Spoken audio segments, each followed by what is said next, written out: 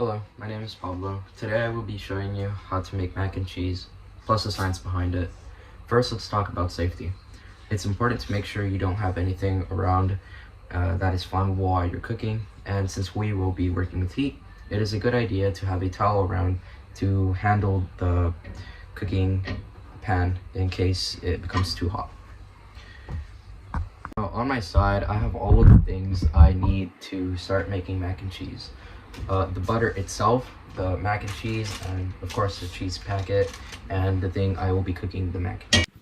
Before I begin cooking, I'll explain the science aspect behind cooking mac and cheese.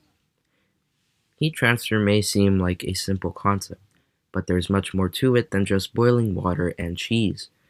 Conduction is the first type of heat transfer that occurs in this process. It's the transfer of heat through a material or between materials in contact. In the case of mac and cheese, the heat is transferred from the stove to the cooking pan through conduction. The pan then conducts the heat to the mac and cheese, which causes the water to boil and the cheese to melt. Next up is convection, which is the heat transfer through the movement of fluids or gases.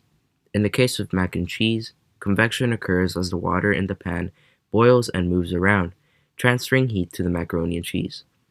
This movement of the fluid helps to evenly distribute the heat and ensure that all parts of the mac and cheese are cooked evenly.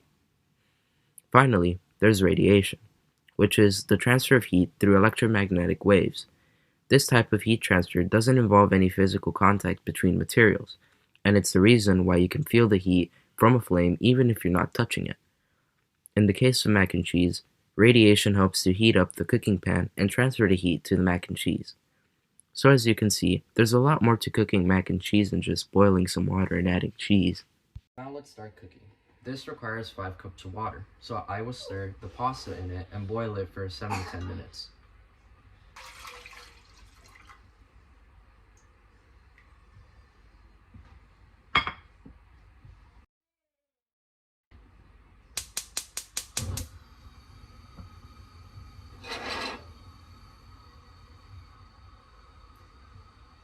I will let it boil for 7 or 10 minutes, and I will come back to this. Now that the water is boiling, I will put the pasta inside the water, and I will wait until it is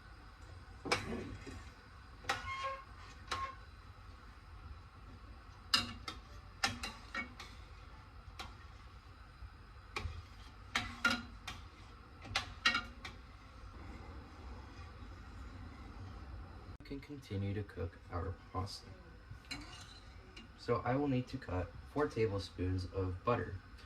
And the measurement right here says 1/4 of a cup equals 4 tablespoons, which is exactly what this calls for. So I will carefully get my knife, approximate where 1 tablespoon is, right about there. And I will cut a nice line in here. And now this is what we need to add.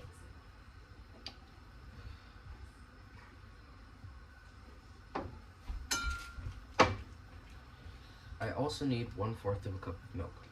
So now that our mac and cheese is ready to be cooked, be finished with cooking, I will carefully add in the butter, add the 1/4 cup of milk,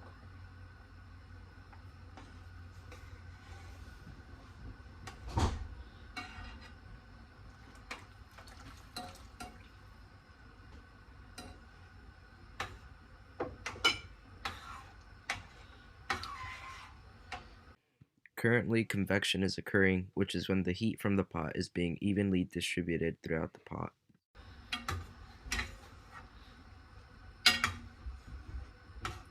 Also be cautious with the spoon as it gets really hot.